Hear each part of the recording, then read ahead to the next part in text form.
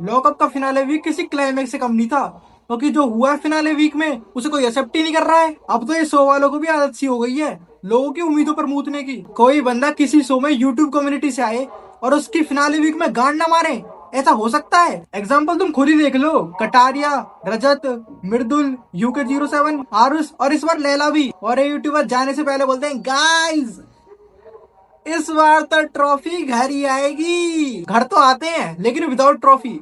और डिफेंस में ये और बोलते हैं ट्रॉफी नहीं जीता तो क्या हुआ, आप लोगों का प्यार जीता है मैंने। ट्रॉफी मैटर नहीं करती, आप लोगों को प्यार मैटर करता है। अजी घंटा प्यार। आज से 10 साल बाद जब तेरा बच्चा होगा चूतिया बोलेगा तेरे को, बोलेगा एक शो में गया वहां भी जीत के नहीं आ पाया, पूरे यूट्यूब कम्युनिटी की नाक डुबो दी। इन शो वालों को भी पता हमारे इंडिया की ऑडियंस कितनी बड़ी चूतिया है। ये टीवी शो वाले पहले यूट्यूबर को लाके TRP चूस लेंगे, फिर लास्ट में उसके चूतड़ों पर लात मार के एविट कर देंगे। You are one of the most loved inmates of lockup. Yes, भले sir. तू शो जीते ना जीते, तूने दिल जीत लिया है सबका। ऑडियंस का क्या है, 2-4 दिन ट्विटर पे #NoLockup, #NoLela, NoLockup ट्रेंड कर देंगे, फिर कोई नया शो आ जाएगा मधुमक्खी की तरह वहां भी नकते हुए चले जाएंगे। एक तो ये शो रुकने का नाम नहीं ले रहे, सड़क पर चलता हुआ आटू झाटू भी शो खोल के बैठा है। और उनके कंटेस्टेंट 3-3 बार हारने के बाद भी शर्म नहीं आती इन्हें, आ जाते हैं मुंह उठा के फिर से। लॉकअप के कंटेस्टेंटों के बारे में तो लास्ट वीडियो में बहुत बात कर ली थी, अब इनकी हरकतों पे बात कर लेते हैं। सबसे पहले तो मैं नेटफ्लिक्स से बोलना चाहता हूँ, बहुत तगड़ा शो चला रहे हो, बहुत तगड़ा फैमिली शो चला रहे हो। मैं लैपटॉप में फुल वॉल्यूम करके शो देख रहा था, यहाँ से ऋषभ गया, यहाँ से बापू आया। तू रेंटल बॉयफ्रेंड बन के आया बस, सीधा बनूंगा ना, यही मुंह दोगे बोस भाई, मैं मुंह दूंगा बहन के लिए, तेरी गाड़ भी फाड़ दूंगा मैं, यहाँ पे भी बाहर भी फिर मुझे बाहर मिट्टी हो रोड इसमें तो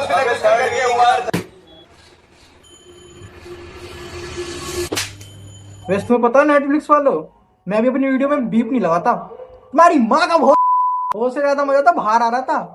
अंदर सब लड़के एक साथ हो जा रहे हैं, बाहर तो एक दूसरे की गांड फाड़ने में लगे हुए हैं। वही लड़की है जो अपने बाप के लिए भी बोल देती है कैमरा ऑन करके। आरुष बोला का लटक है लैला, लैला के नीचे लटक आओगे तो वो है शिवेद, या आरुष और लैला का शिवेद, बट उसके बाद अगर शिवेद के नीचे आओगे तो वो है मन्नू, द अल्टीमेट लटक। इसकी मेरे को देख के ऐसे लोग कैसे हो भैया, ठीक हो?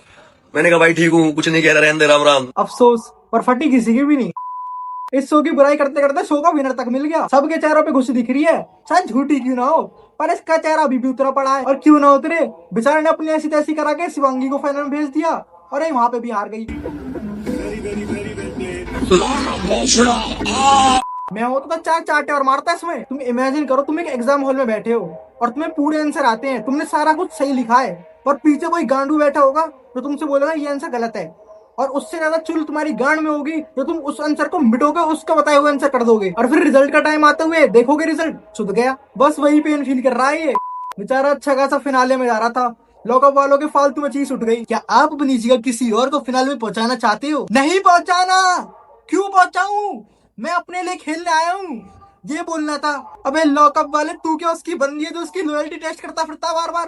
और सबसे बड़ा आशिक के चूतड़ों का बाल ये, इसने फिनाले में शिवांगी को भेज दिया, और शिवांगी ने एक बार भी उसका मन रखने को ये नहीं बोला कि नहीं नहीं नहीं आप ही डिजर्व करते हो। एकदम मूर्ति की तरह चुप बैठी है, साफ साफ बोल दिया ना फाइनल में जाना, फाइनल में जीतना है, फाइनल मेरे को। पिछली बार कटवा के चैन नहीं मिला क्या, जो इस बार सीधा नेटफ्लिक्स पे कटवाना तेरे को? Once actor always actor.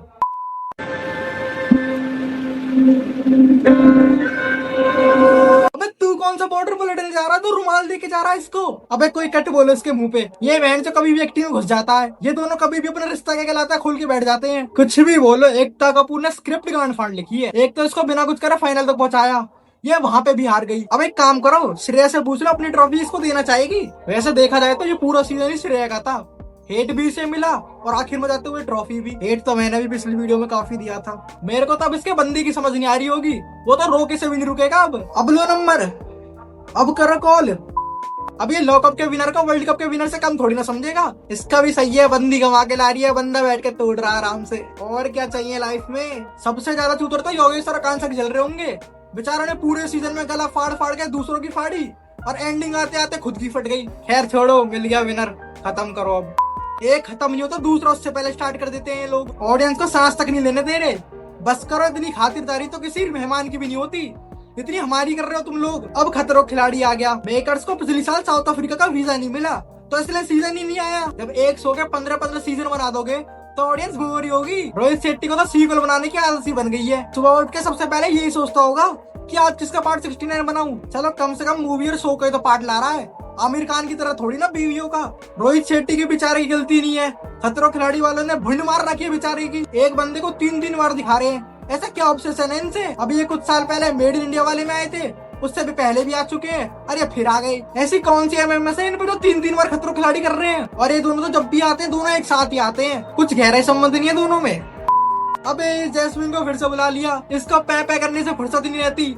और इसके बंदे को फूकू, जब देखो पूरे समय फूकता हुआ ही दिखाए। पुराने कंटेस्टेंट के साथ नए कंटेस्टेंट भी आ रहे हैं। कलर्स वालों ने इंटर्नशिप खोल रखी है, 1 साल बिग बॉस करो, खतरों खिलाड़ी में जॉब पक्की, 1 साल खतरों खिलाड़ी करो, बिग बॉस में जॉब पक्की। इनका स्वैप ही चलता रहता है, ये टाइम नहीं लगाते कंटेस्टेंटों को ढूंढने में। बिग बॉस क्या है, हाँ जा, बिग बॉस करेगा, हाँ तू भी आ जा। बस एक बार कलर्स के किसी भी आर्टिस्ट शो में काम मिल जाए, फिर तेरा सिलेक्शन पक्का है खतरों खिलाड़ी का। आजकल के जो शो वाले चालाक बन रहे हैं ना, अनडिजर्विंग को जिताना उनका बाप कलर्स ही बचपन से करता आ रहा है। लास्ट ईयर के बिग बॉस के विनर और रनर अप दोनों को उठा के अपने शो में डाल दिया। कलर्स वालों तुम्हें चूसने के अलावा कुछ नहीं आता। टीआरपी, खतरों के खिलाड़ी का मैनेजमेंट इतना ज्यादा काम चोर है कि सारे के सारे कंटेस्टेंट कॉपी पेस्ट कर दिया अब की बार। ऊपर से इनका प्रोमो देखो, ए का असली रेप तो ये कर रहे हैं।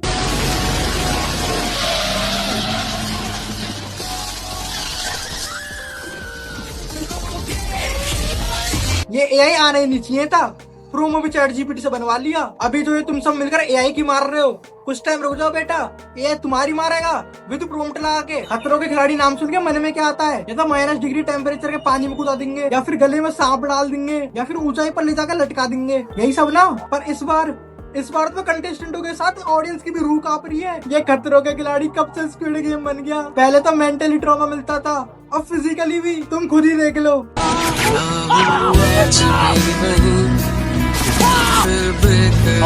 कमर कम हाईवे के गड्ढे ज्यादा लग रहे हैं। इस कमर को तो सरकार भी ठीक नहीं कर सकती। आज से पहले किसी भी शो में नहीं हुआ ये सब। इंडिया की ऑडियंस भी स्क्विड गेम वाली ऑडियंस बन गई है क्या। अब तो कोई गलती से भी नहीं जाने वाला इस शो में, लोगों के गोटे मुंह में आ गए हैं। और ये तो शुरुआत है, क्या पता आगे AK-47 लेके खड़े न हो जाए। हे भगवान, मेरी तो बाद में देख लेना, पहले इन कंटेस्टेंटों को बचा लो। ये सीजन जो भी जीत का आएगा वो बहन जो सच में खतरों खिलाड़ी बन जाएगा। लास्ट में जाते एक शायरी और बोलनी है बस, लड़की सामने से आती है उसे क्यों ताड़ रहे हो, लड़की सामने से जाती है उसे क्यों ताड़ रहे हो, और भोसड़ी वाला कुछ होगी तो ऑलरेडी मरी पड़ी है, उनकी क्यों मार रहे हो।